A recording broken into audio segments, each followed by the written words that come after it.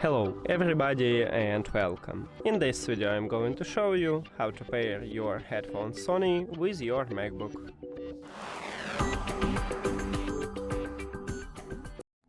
You have to start by click one time at the Bluetooth button at the top, but if you don't have this icon, just go to the control panel and click at the Bluetooth here. Then go to the settings, and after that you need to locate power button on your headphones, and power button located at the left ear cup. Right here we have it. You need to press and hold this power button, so firstly make sure that your headphones is turned off.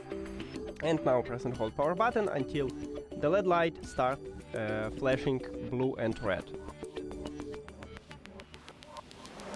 Here we go, now we have it. So we just enter prank mode and we should see these headphones at the device list. And right here we have it. So click connect near to it.